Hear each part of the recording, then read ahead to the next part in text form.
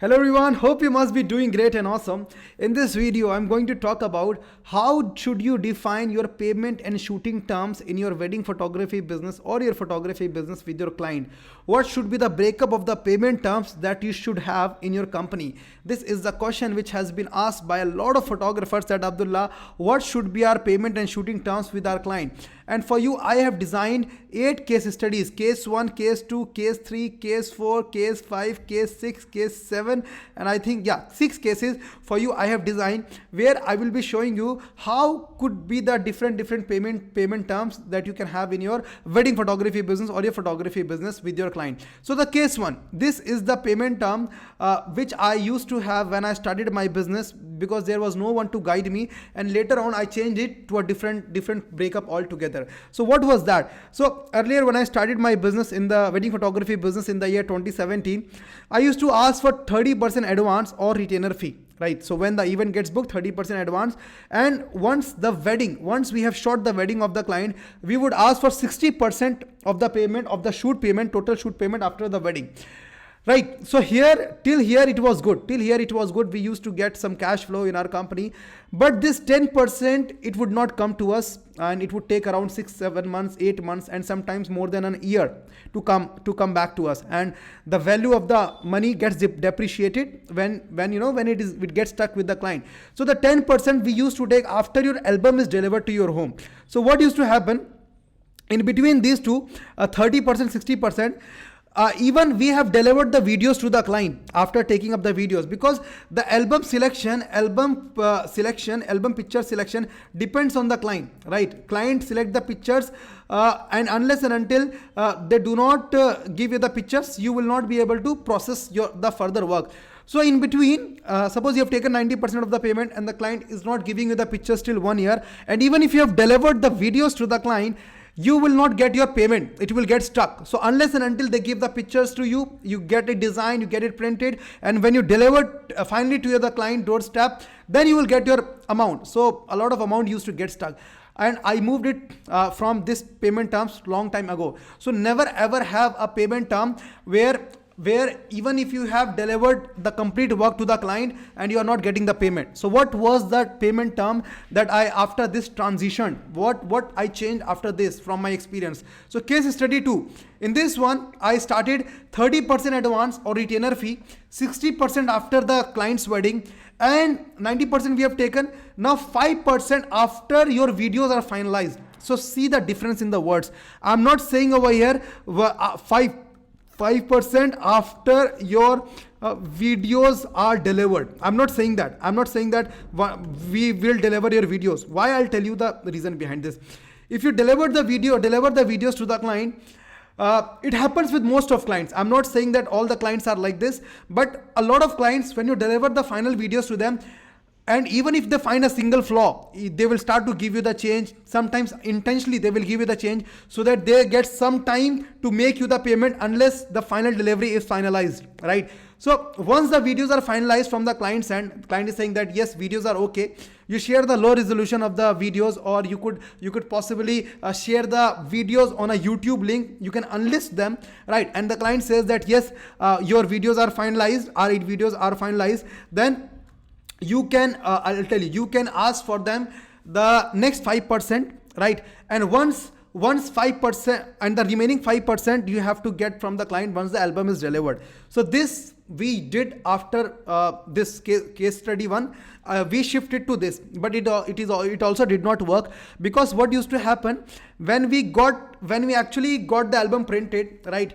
And when we used to deliver the album to the client, and the client will open the album right there, right then, with our delivery agent. And if they find even a single flaw, sometimes an intentional flaw which is not actually a flaw, but if they find something like that, they will ask to replace the album, and our money gets stuck. So I shifted from this also as well. So I moved to case 3. So case 3 was 30% advance or retainer fee, 60% after your wedding. Now 5% after your videos are finalized. Once again, I'm telling you over here is that do not deliver the videos to the client before taking up the payment, right? You could upload the videos on a YouTube link. You can unlist those, right? From the unlist videos, they will be able to see all the videos, but they will not be able to download the videos, right? So you can do that.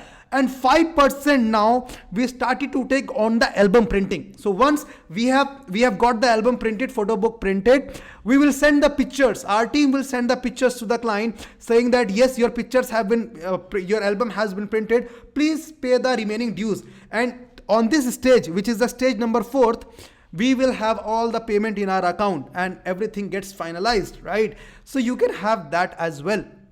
Simple process, right? Or one hack I'll share with you at the end, which is the hack 10 number, which is the hack 10 that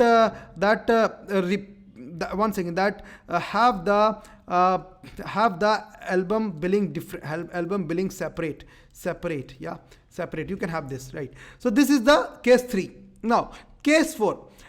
This is something which I used after this. So 50% retainer fee. From now 30% we shifted on to 50% advance, 40% after the wedding, 5% after the edited videos are finalized, and remaining 5% after the photo book albums are printed. So this worked for us. Now this is the latest we are doing right now. So in this one, we take 50% advance or the retainer fee and 50% in cash after the event. Completely, right? I will also cover at the end of this video what if the client do not pay the GST. What about GST, right? I'll come on this, right? I'll come on this. How do you manage the GST on this? Now case 6, which is 100% payment in advance. So this is also being done by a lot of studio owners, production houses in India, and very few studios or production houses are there who are doing it. We are not doing it because where we operate, we operate mainly out of Delhi, right? So people are actually, they are cynical or they are doubtful that we cannot give 100% advance. So it does not work much in our case, but case 5 has been working for us now. So after trying 4 kind of payment terms, 1, 2, 3, 4, we shifted on to 50% advance and 50% after the wedding completely, right? If you're doing a pre-wedding, you can go for a 50% retainer or advance, and remaining 50% you should take after the pre-wedding shoot completely. You should not wait for getting the videos delivered. You just say with confidence. If you have the confidence in your work, if you have the confidence in your shooting style, you should always go 50-50 breakup. That's it. Right, coming to the 8 point. Now you will say, Abdullah, how can I ask for 50% advance and 50% after the wedding and all these things? You could say, how can I ask 40% after wedding, 90% of the payment? Sometimes when you start your business, you don't have the confidence. I'll tell you guys what happens. This thing, 30% advance, 60% after the wedding, it will work for you from the very first day. Even if you've started your company, even if you've started this, you should go for this thing. Case number 3, the payment terms that you should have, it's this. Case number 3, you should have this in your company, which is 30% advance if you're starting your business, right? If you're starting your business, you should have 30% advance, 60% after your wedding, 5% once the client videos are finalized, and 5% on the album printing. I'm just making it green for you, right? 5% after the album printing. So this will work for you in any case. You don't have to worry on anything regarding this, right? Moving on further, I'll tell you, before moving on further, I want to share 3 things with you. If you have not attended my free workshop masterclass, go and check the link right now. See if it is happening there. I teach you how do you make 2 lakhs rupees per month in your own wedding photography business. How do you earn that kind of money? What kind of marketing strategy you have to use? How do you get the clients? How do you do the follow-up and all those aspects of the wedding photography business? I cover over there.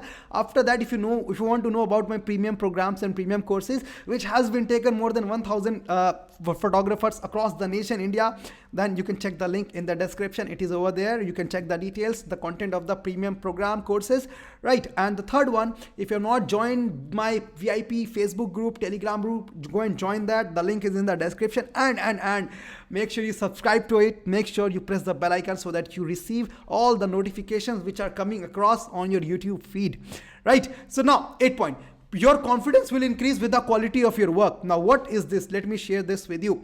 So, this is the case number 3. You should go from the start. You don't have to follow the case number 1, case number 2, because I I started with these two case payment terms, but nobody was there to guide me, so I could not continue this because it was not working in my business. I shifted to case 3, then case 4, then after that it will increase day by day. When you will improve your work, you will see yourself finally shifting on to 50% advance and 50% after the wedding, and people will give that to you. The only thing is that you have to ask.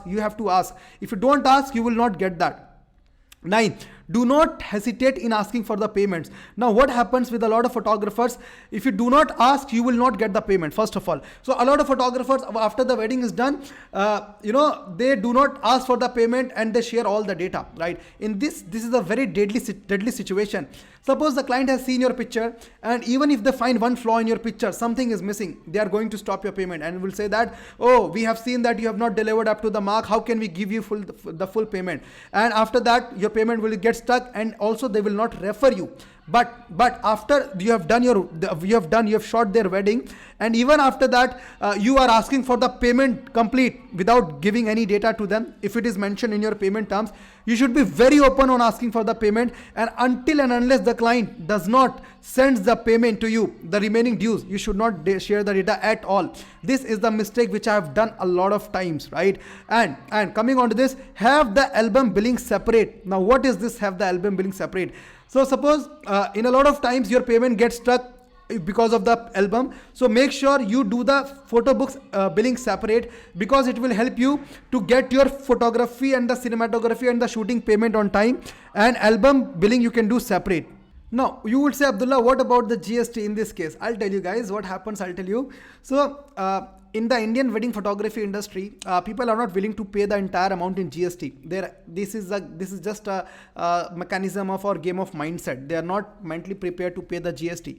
So what you can ask them, anyways, you will have to pay GST. If you don't want to pay the GST on the entire billing amount, you can pay GST on 50% of the amount, 40% of the amount. But you should start taking the payment in GST if you are doing more than 20-30 lakhs per year, right? You have to take that. But if you are doing below 20 lakhs, then it is perfectly fine. Then there is no way to worry about, right? And once you cross 20 lakhs rupees of turnover, you should move on to the proper GST thing, right? You should not take all the payment in your account, savings account. You should take some part of the payment in your corporate account or in your company's account, sole proprietorship account, with GST, 30%, 40% of the payment with GST. This is how it works for us.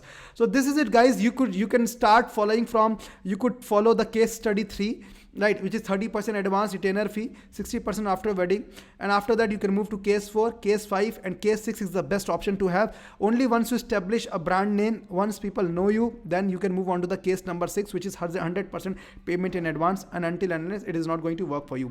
So this is it. I just wish that you must have learned something. If you liked the video, click on the like button, and also share in the comment box what kind of videos you want me to make on the photography business or wedding photography business. I would love to give my thoughts on that. Thank you so much for watching this till then. Until then, stay happy, stay spiritual, and stay blessed. Thank you so much for your time. Thank you so much.